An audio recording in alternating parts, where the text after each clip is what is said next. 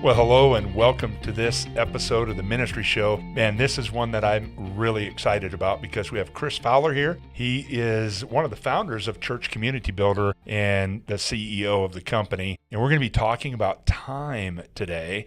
The primary reason I'm excited to be interviewing Chris is when I think of somebody that utilizes time to the best that they can and squeezes the most out of a day, Chris is the first one that comes to mind. So welcome to the show, Chris. Thanks for doing it. Yeah, thank you, Chris. We're going to dive right in. So what's kind of your general perception of time? You know, one of the things when I think about time, there's a scripture that I go to. It's Psalm 90:12. It says, "Teach us to realize the brevity of life, so we may grow in wisdom." Another translation says, "Teach us to number our days, so we may grow in wisdom." And so lots of times I'm thinking about, how do I number my days? You know, what does that exactly mean? I actually got a couple of friends who have, one learned this from the other, but they do this, and that is that they filled this marble jar with marbles, and each marble represents a week. And so they've kind of calculated out, if they live to such and such age, how many of those they have left. So they make it kind of this routine every week to take one of those marbles and find a place to pitch it, because it's gone forever. And it helps them to remember numbering their days in this case. Yeah, time is not renewable, is it? Right. It's right. The minute or so that we've been on it, that's gone. That's right. So yeah. You can't. Yeah, and I've heard too, there's no such thing as time management. Okay. You know? There's only self-management, because everybody actually gets the same amount of time. Maybe not in number of years, but in a day. Yeah. Everybody has the same amount. Yeah, in one of our shows, we called that incremental time. Okay. Incremental time is the same for everybody, but longevity, we don't know Right. how long or short we are going to be on the planet. So thanks for sharing that perspective on time. And can you describe for me, I guess I'm assuming that your perspective on time has changed over time.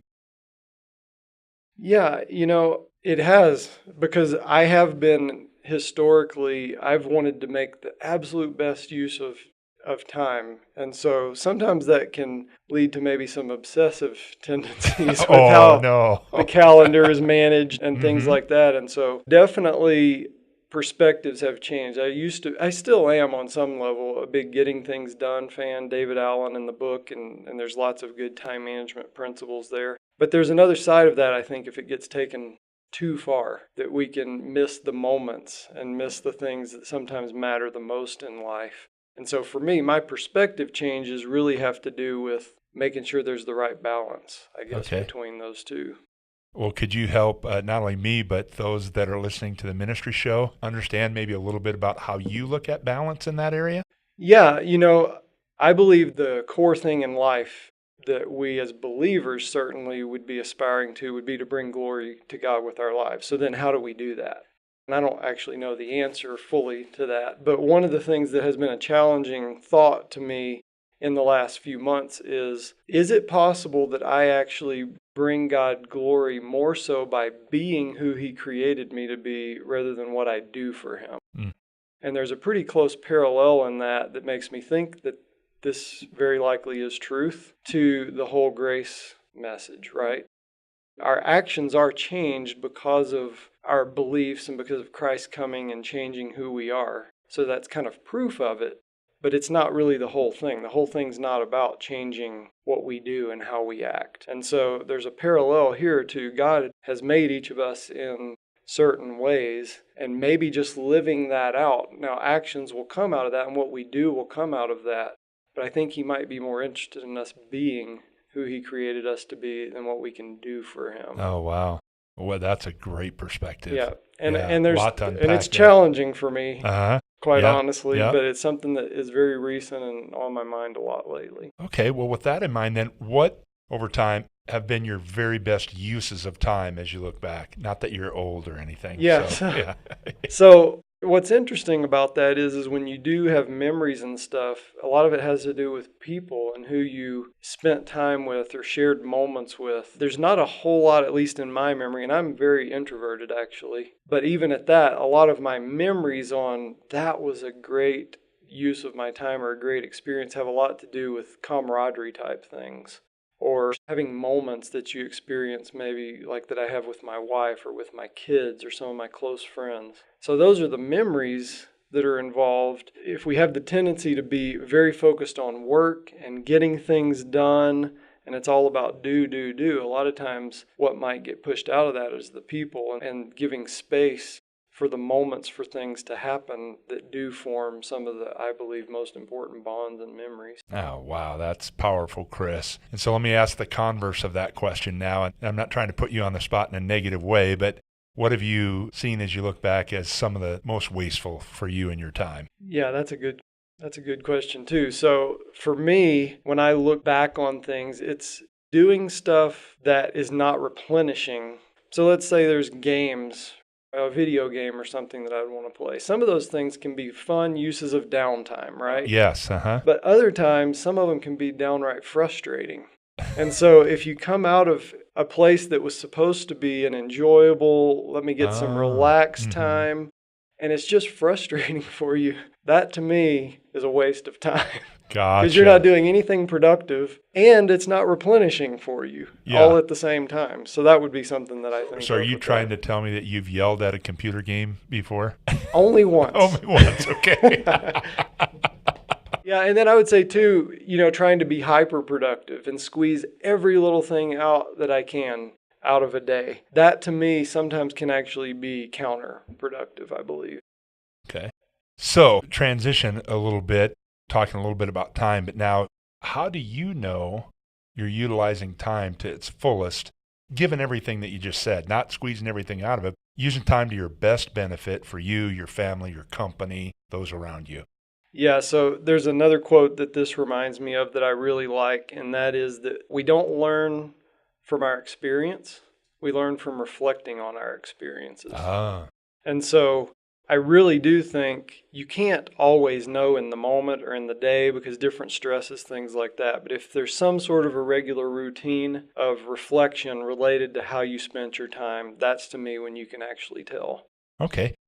Can you give us a hot tip or two on how you allocate time in what I'm calling the big areas of your life? Things like family, career, those kind of biggies. It starts with a little bit bigger picture. I do this thing kind of where I wrote this life vision out. And I started that by actually writing a eulogy and thought through the most important people in my life and what I would want them to say at my death. And so then the thought process is you take that and reflect on your life. And I go away every quarter for a couple of days and do life planning based on that life vision. And there's more to it than just that eulogy. But what it helps me do is stay on track. Am I doing the things and am I living life? Am I spending my time in such a way where that's really what the outcome is going to be in the end? And so my life plan has things like God and my wife and my kids and my friends and my work. I'm a creative type, so a creative outlet. The ministry type things that I do at my church and elsewhere. So I take all of that, and once a quarter, I actually look at all of that, look at my calendar, how have I been spending that time, and I produce what I call an ideal week out of that really just segments blocks of time over a week on what it needs to look like to make sure that I have time with my wife and I have the time set aside with God and for work and for creative outlets and for ministry and that type of thing. So I've basically every Tuesday night for us, there's some exceptions, but that's my date night with my wife. And we've been married 27 years. I think it's the best thing we do is have a date night. 27. Every week. And then with my kids, I have 4 kids, and I basically rotate through and have a one-on-one time with them every Thursday night as well. So those would be some examples. And then I'll set time aside as well for doing some of the creative stuff that I do as well. Yeah, so when you allocate that time in the way that you described, is there something that you start with? Like, do you start with family first or career first or anything like that? Is there an order for you, or is it just? There is an order, and that is in my life vision document. I actually have an order with 8 things is what mine turns out to be, with God being the first. And then interestingly enough, myself in being replenished is second. Okay. And the reason I do that is because if you've ever ridden in the airplane, and they say when the oxygen mask drop, make sure you put yours on first before you assist other people. Yep.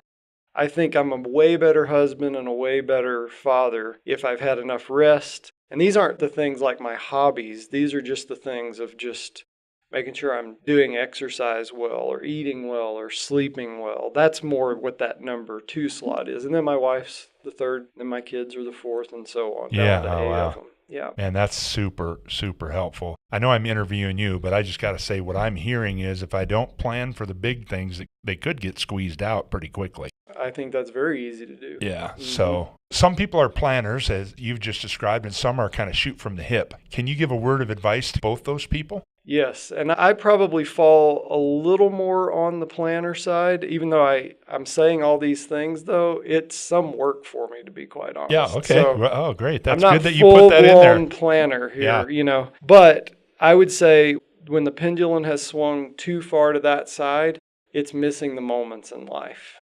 And so if you're too kind of type A and planner and every second of every day, then you don't take the rabbit trails in life, which sometimes are the things that lead to some of the best memories and the best moments. And then the other side of that, if you're too much kind of just shoot from the hip, then there's a lot of time that I think you end up wasting.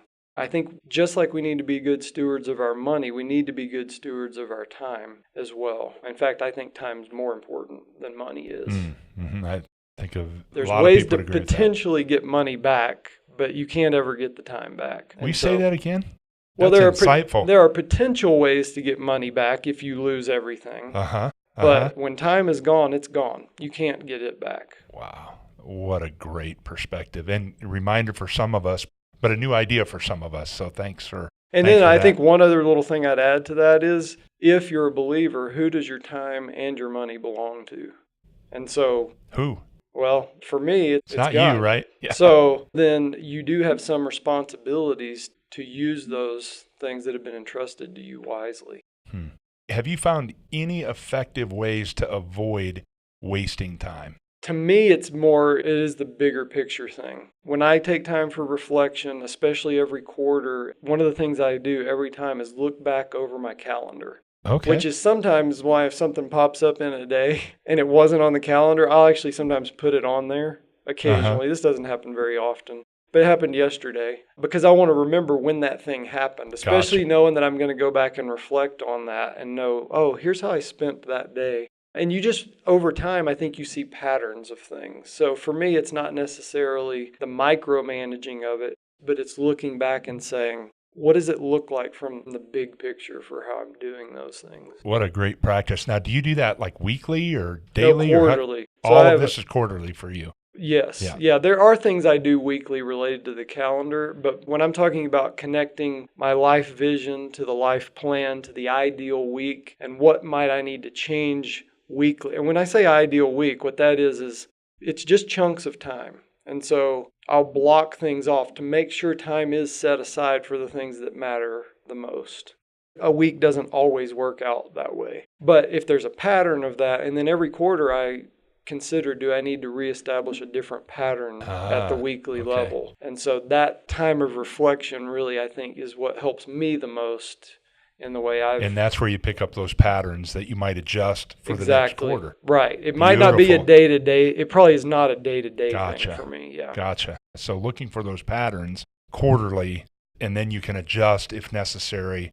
Right. Or your priorities have changed. Right. Yeah. Okay. Right. Wow. That's great. For those people that are in transitionary times in their life, any advice for them, like kids going from elementary to junior high, from junior high to high school to college? How about that? Yeah, so I have 4. Yeah. My second just graduated high school. Ask me again in about 5 years. Okay, that's fair. Then I'll know. Because really the biggest transition really, I guess when they started entering high school and lots more kids activities, that type of thing, that certainly consumed a lot of time. Now it's kind of interesting to be thinking about how some elements of time are starting to open back up with my kids going away, living in dorms at college. So, Well, how about this, Chris? Any tools that you utilize that help you in the allocation of time? I'm trying to stay away from using the time management language, but that help you manage yourself or utilize time to the best that you can? I think I've kind of talked about them already, though, really. I mean, that quarterly time that I take away, is that a tool? I kind of think it is. The thing when I started writing this life vision out, where there was a eulogy that I wrote for those top people of what I want them to say, that to me is a little bit of a tool. The ideal week that I've talked about is a tool. And then whatever works best for you with reflection, making sure time is set aside for the reflection of how you're using your time, however that might work for you. Those are what I think of as tools. As far as software and things like that, not really so much, but I've tried a lot of them. Okay, so tell me about the things that you've tried that you thought might help but didn't. I'm mainly thinking of all kinds modern of day digital all tools kinds that of we apps that I thought would work for getting things done, methodology. When for me, it just boils down to what works best for you. You definitely have to keep track of things, but I've tried just about, all these different apps on the App Store. And for me, what has ended up working best is simple lists of things and the way I categorize those things. And it's really just text, actually. Okay. So, All right. kind of basic, but it works for me. Yeah. So then this might be kind of a big item here, but any thoughts on the time crunch? And what I mean by that is in our culture today, it seems like we all struggle with time and none of us has enough of it. And so any thoughts on that? Remedies? Help us out here, would you please? Well, I don't know about that, but I do like the idea, and I'm not sure if it's a quote I got somewhere or what have you, but there's no such thing as time management. Time moves at a steady pace for everybody equally. There's only self-management. So whether you're one of the most famous people who has done the most for the world or what have you, they have the same 24 hours that I do. And so that to me is just, okay, so then how do we steward that time in the day? And then the other thing that I want to never be able to answer when somebody asks, how's it going? I don't ever want to answer busy. Oh. I don't like that word because of what it implies for me. And I don't know that necessarily everybody means what I perceive busy to mean. If I ever say it, though, that's not a good sign. Okay. Because what I would say to that is hopefully productive. Okay. Right? You can be Big busy difference. and be doing nothing important. Mm-hmm. Okay. So I would rather be able to answer that honestly and say productive or meaningful or, how's it going? Meaningful time with my family, or it's been productive, but busy? Oh, I hope I don't. Yeah. Okay. Well, let's springboard off of that into you've been CEO, part owner of a company for 15, 18 years. And plus, prior to that, super productive in what your work was. So what do you see are the biggest time wasters of today in the workplace? That's easy. That's I could answer it for you, but I'm not going to. Yeah. Notifications. Yeah. I'll say meetings too. Okay. But notifications is the worst. Okay. Think about, it amazes me how many people let the top right-hand corner of their computer dictate what's going in their brain. Because that thing just, whether it's a recent post or a text message or an event alarm, or it's like, turn those things off. I have an Apple Watch. I love technology. So I've got the watch, I've got the phone, I've got a laptop, but notifications are turned off for the most part for me, definitely on my wrist. Otherwise it's like pinging me the whole time. I'm trying to have a conversation with somebody or focus on something. And the reason I say that is because I think how much more people could get done if they just had consolidated, focused time. And I think that is missing in masses since the invention of the smartphone, is focused, uninterrupted time. Okay. When you have focused, uninterrupted time, what do we find you doing? I set time aside like that to dream about the future and try to think about what it needs to look like for Church Community Builder, what it could look like for myself and my wife, think about my kids. So future kind of planning is some of that I get to do in my role nowadays. And then very practical stuff, project work, like some project that I've got going on. I like to have chunks of time to do that because I believe that, again, you asked, what was the biggest time waster? I think that's the biggest productivity waster, is just what could people get done if you had 2 hours of uninterrupted time every day to work on the most important project that you're working on. And I think most people do not get that. If you consider notifications like I do to be interruptive. Got it. Okay. Man, this is good stuff. Hope you guys are liking this. Finally, what are 2 hot tips for those of us who'd like to utilize our time, or we want to become more productive, whether that's relationally with family and friends, or in the workplace? We want something in our lives that we don't have, and we can be more productive in that. Okay, so I just answered what I'll say is one of those. Yep. Turn off notifications. And I don't mean not to group them, but think about even how factory work happens. The Industrial Revolution, let's say, where things really started happening great is when things could get grouped together of like things. So you need to know about what probably is coming through most of those notifications, but can't you wait a couple of hours to know it sometimes? Yeah, and do them all at one time. Group it all. And then I really would encourage, there's plenty of resources on the internet to look about life planning, Okay. And so just having that to me has really changed how I feel about how I live my life, because it seems purposeful. Lots of stuff can be on purpose. A lot of people, if you think about it, you would have dreams for what you would like people to say about how you lived your life. But are you doing things to actually make that a reality? And I think we have to be on purpose about that. And then I think another key thing is we're all different. We're all the same in a lot of ways, but each of us has our uniquenesses. And so I think figuring out what brings glory to God with your life, who He created you to be, is not going to be who He created me to be. That to me is kind of the ultimate end to this whole thing, is why do we even want to be productive, right? I mean, to me, the biggest picture is I do want God to be glorified with my life. And so that's kind of the driver for me behind the whole thing.